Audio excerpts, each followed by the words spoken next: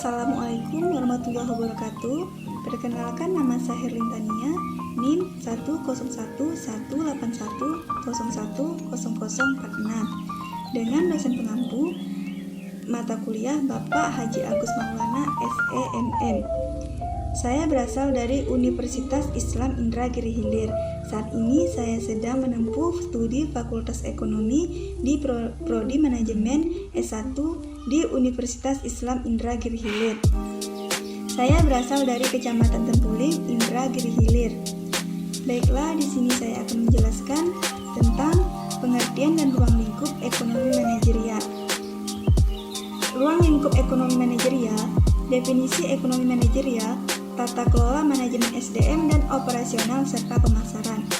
Keterkaitan dengan teori ekonomi, laba, biaya dan bahan baku atau sumber daya.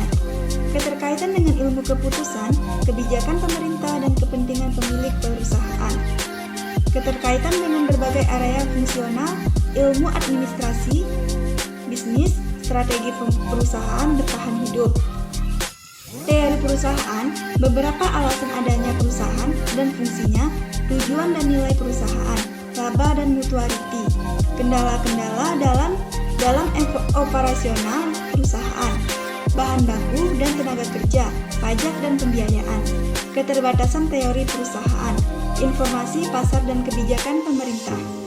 Sifat dan fungsional laba, laba bisnis versus laba ekonomi, laba finansial dan laba keberlangsungan perusahaan. Teori laba, omset dikurang biaya ditambah pajak sama dengan profit. Fungsi laba, mempertahankan modal dan kekayaan. Etika bisnis. Etika bisnis merupakan cara untuk melakukan kegiatan bisnis yang mencangkup seluruh aspek yang berkaitan dengan individu, perusahaan, dan masyarakat.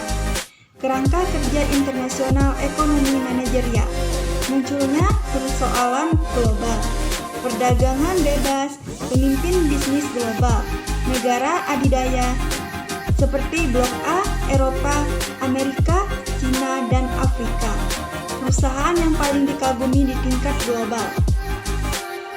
Globalisasi atau terorisme, pandemi, tsunami, tektonik, vulkanik, dan elektronik efek.